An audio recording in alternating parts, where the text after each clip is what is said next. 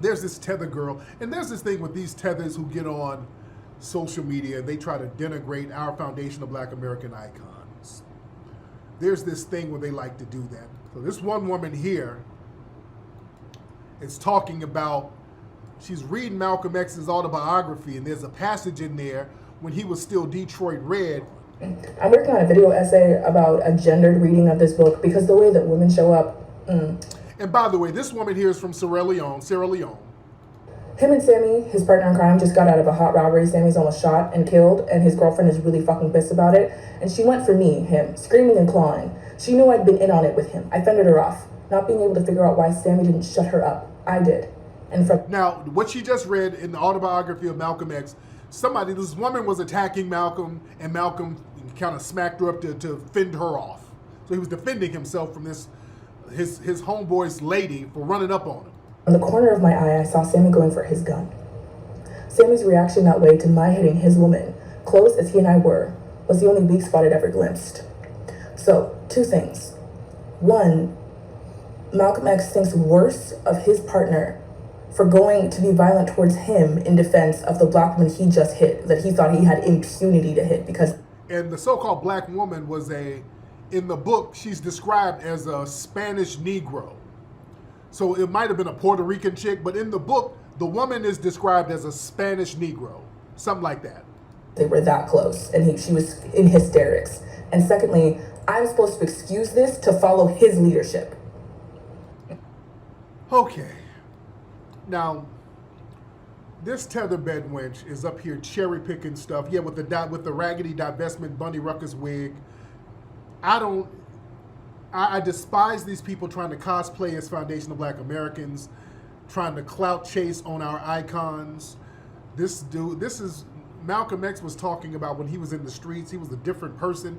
When he transformed into Malcolm X under the tutelage of Elijah Muhammad, he became a different person, and his disposition was different. But these people who come from these places where abuse of women is rampant, they don't talk about that. They come over here and try to demonize our icons. And this is the same woman right here with another tether woman up here talking about MLK being homophobic. Hold on. They hate his queerness. Did you know that? Did you know that Malcolm X has it? And Dr. King is homophobic! Wait. Oh, this is another thing. Hold on, wait. The same people that taught Malcolm X to hate his queerness. Okay, yeah, this is another thing too. They go around talking about this whole narrative that Malcolm X was an undercover queer, a homosexual, which isn't true. They've been telling that lie since the early 90s. There's a white man named Bruce something came up with these lies in his book years ago, which has been debunked. They got this from Zaddy. A white man said this in a book years ago, which is lies, that Malcolm X was up here turning tricks for white men, which is a damn lie. There's no evidence of that whatsoever. Did you know that? Did you know that Malcolm X has it? And Dr. King is homophobic! Wait, let's run at it.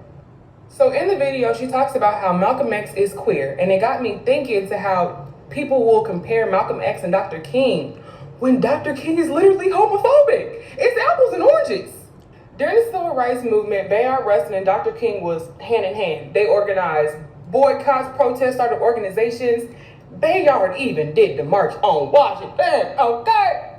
And because of that success, Bayard said, let's include LGBTQ in the fight for equality. Dr. King cut off all communication and never did anything with the man again. And when asked, Dr. King said they had a difference of opinion. You cannot be pro-black and homophobic or transphobic or any of that shit, because that means that you feel like only some people deserve equality. Fuck out of here. Boy, these tethers who try to cosplay as us are so damn corny ass clowns who denigrate our icons. Rustin was a damn agent, and they knew he was. Bayard Rustin was an asset for the CIA and the damn FBI. But yeah, these folks, man, these people go out of their way to denigrate our icons. because they don't really have any from their cultures. Let me go there. I hate to go there. Because these people come from places, and I'm not being mean-spirited, they don't have any iconic heroes in their culture. I'm not disrespecting Sierra Leone, but who's the hero of Sierra Leone? No disrespect to y'all, man. But these folks ain't got no heroic icons. You don't have any, for the most part. So, because you ain't got none, and then you flee from your homeland, you come here and try to denigrate our world-renowned icons. You dig? You like, if we ain't got no icons, we gonna throw rocks at yours. That's why any black person who's an activist who fights for justice, you know, such as myself, we're always attacked by tethers.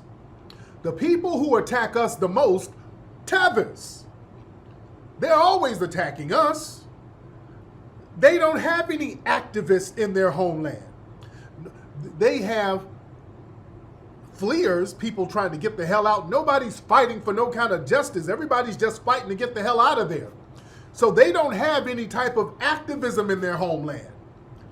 It's all about who's the fastest person to the damn immigration office. So there's Mandela, shout out to Mandela. Mandela was a thing because of us. We were the ones propping up Mandela. Let's get that shit straight. We over here, we were the ones making the block hot for the white people over there in South Africa. We were the ones beating that drum. The black grassroots and the black media over here.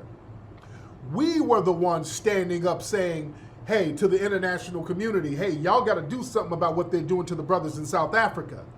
That's not cool. You have brothers like Stevie Wonder, so many black people over here using their notoriety, 70s and the 80s, going to Washington, making protests, making a stand, saying, hey, we're not gonna play at some of those venues over there if you're gonna demonize the black folks there. Remember in the 70s, going back in the 70s, we had our brother Gil Scott-Heron, people like that, with songs like Johannesburg. Remember? 1976, I think. What's the word? Johannesburg. What's the word? Johannesburg. That was us over here doing that. Yeah? We were beating that drum. We were pushing for justice for them heavy. You understand that? Let's get that very clear. So, and yeah, we respected Mandela. We respected Winnie. We love what she was doing. But yeah, man, a lot of these folks, man, our brothers and sisters who are non-FBA, man, if you're riders, we ride with you. If you are a rider, we ride with you. But the tether class who sit up here scamming, scheming, lying, trying to demonize our icons, demonize the activists, that's not going to work.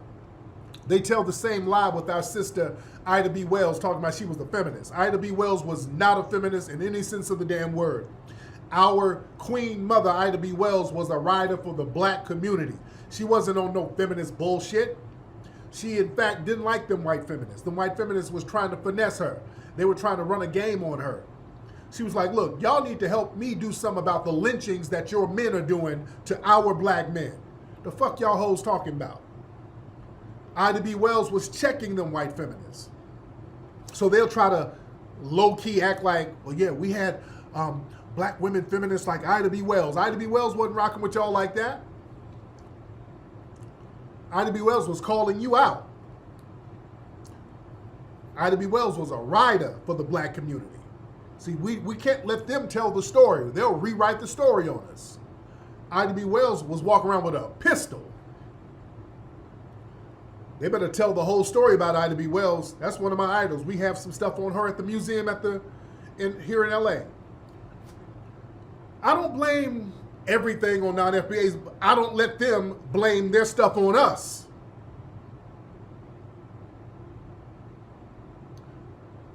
I don't let non-FBA people do weird stuff and then blame it on us. I don't blame everything on them. If they do some shit, that's weird, you hold your own nuts. Don't blame it on us. I do not let nobody blame their bullshit on us, because you don't let your victories fall on us. Don't let your failures fall on us. That's what I'm saying. Don't let your failures fall on us. Hold on. All right? Separate us. We gonna be black and call them Africans. Don't put us together black/African. The African can't do that. So it's like you mad at the wrong person. You know what I mean? So and that's but Tariq, he be hustling. That's his whole thing. You know, it's like he projection. They love. He be hustling. That's the tether projection. That's what y'all do. Scam and hustle. That's a projection. He push hate and he make money from that. You know what I'm saying? Tether projections. Like, I'm not gonna say the dude is not trying to build something, but he found like a niche, like people who are just mad at Africans. Mad at you for what? And he just antagonized them, and it's like, yo, let's go with these people, you know? And I like the guy, but the way that he just consistently just goes back to everything being a non-FBA thing is kind of like unreal. Because we're not letting nobody dump garbage on us. We're not letting nobody dump garbage on us. He pushed hate. That's a projection. You guys are the ones whose parents tell you when you get over there, stay away from them. Stay away from the Akata. That's your family who does that. That's y'all who come over here and create these little old segregated enclaves where you circulate your little money among yourselves. You dig? That's y'all who do that. That's you. That's y'all who got all these weird names for us over there. You understand? We're saying people are no longer going to dump their trash. You're not going to come over here and get all of the black benefits and then say, oh, let me distance myself from y'all. But if there's a Juneteenth program, let me sign up for some Juneteenth scholarship money or a Juneteenth grant. I'll be first in line for that. But everything, oh, let me stay away until y'all got some money. Hey, I'm black just like you. So no, because y'all don't let us touch none of your shit. We don't touch none of your wins. If you have a win, well, you gatekeep that. Boy, y'all draw a big gate around us. Nigeria stand up. Jamaica stand up. Haiti stand up. You niggas sit back. When our brother Michael B. Jordan tried to use the name Jorvay for a damn liquor brand, they jumped out the woodworks. Hey, y'all FBA niggas, stay away from our culture. Stay away from Trinidad culture. That's our culture. Don't you be naming your stuff using our names. Y'all quick to gatekeep your stuff and don't let us make a dime off of it. If we make a dime off of it, oh, y'all cry foul. Yeah, even with Beyonce. When Beyonce was over there getting African dancers, who is this Akata gal? Who is this gal? She thinks she's the queen of Africa. Who is this gal? You think? A real funny style. But then y'all want to eat off our culture, and then your riffraffs, you want to dump your riffraffs all on us. And we're saying no. If you want to keep all of your wins, keep your losses too. If you want to keep your wins, keep your losses just like that. Keep the same energy. We don't want to absorb your wins. Take the scamming Somalian girl with you. Take all the non-FBA scammers and riffraffs with you. We don't want them dumped on us. You damn right I don't want them dumped on us. You damn right. Shout out to this sister here on Twitter. She made a video talking about how these folks are so damn, the tethered class is obsessed with us, talking about we ain't supposed to be around. Well, damn it, don't be around us. Shout out to this sister here speaking truth to power. Original Black Americans, that's that sister. She's speaking real stuff. Hold on. Hey y'all, I want to post this. I want to show you how these other groups are so obsessed with us. This guy, racist, doesn't sound like very well educated. He says, keep telling yourself that one of the first things people are told when coming to America is to avoid blacks in their neighborhoods. We don't give a fuck. We wish you all would try to avoid us. I wish you would avoid me right now, but you're on my post harassing and obsessing on my post. Trust me, original Black Americans wish people would leave us alone. We wish you guys would stop talking about us. We wish you would stop obsessing about us. We wish you would stop coming to our neighborhoods, and we wish you people would get out of our business. You guys are obsessed with us. Like all cultures and ethnicities, obsessed with talking about us, obsessed with harassing us, obsessed with telling us how nobody wants to talk to us, but yet here you are on my page. Please avoid us. Please don't come to our neighborhoods. Please don't come to, please tell your friends. Tell Oh, did you see a lie? I didn't. I didn't see no lie. Yeah. Yeah, for all of those people talking about, yeah, we're supposed to avoid y'all. Well, shit, get to avoiding then. Shit, you're not benefiting us. Y'all obsessed with foundational black Americans. You can't get anything popping without us. Y'all stay obsessed with us. Go be great somewhere. Go and drive your little Uber. Go handle that. If you got so much greatness and, oh, we're spreading so much hate, bye. We ain't losing no sleep. I'm not gonna miss the Jollof plates. I'm not gonna miss them. No disrespect. But y'all sitting up here talking about we're supposed to avoid y'all. Well, get to avoid it then. Damn. Stop whining to us all the damn time. That's when you can tell a tether. Those are the tether men are the whiniest niggas ever. They love whining to other men because that's what they do in their homeland. In their homeland, because they got corrupt leaders over there, they have to whine to them niggas for whatever bread they get. So they're used to just whining to men all the time. But yeah, the fact that we have said, hey, look, some of the non-FBA riders, we rock with you. If you rock with us, we rock with you. But the riff-raff, scammy tether niggas and the mammies and the bedwenches, we ain't really rocking with them. And we're going to focus on getting the resources for our ethnic group right now. So now the fact that we're saying, hey, you know what? Y'all do you. Whatever you need for your group, do you. Wait, nigga. Wait, nigga. That's divisive. We're all the same, nigga. But I thought you're supposed to avoid us. That's the last thing they want is for us to let them fend for themselves. That's because they can't do it. They need us to do the fighting for them. We got to be the muscle. We got to be the energy to get stuff done so they can just kind of sit back and eat while we're doing all of the hard work while they're sitting back and getting whatever falls off the tree that we're shaking and they can hoard it somewhere. And look, nigga, look, I pulled up myself by my bootstraps. Stop. Because the idea of us not carrying them, it terrifies them. That's why they stay in our mentions all the time. Nigga, we're the same boat that dropped you off in America, dropped me off over here. Shut up. The same boat talk. We all come from the motherland. All right, nigga. No, we have a different ethnic group. There's something called an ethnogenesis, all right? Where after a while, scientifically, after a certain group has been through a certain type of history, there's a new culture that has developed, and that's us. We've had an ethnogenesis. We've become a new ethnic group. Yeah? And that's fine.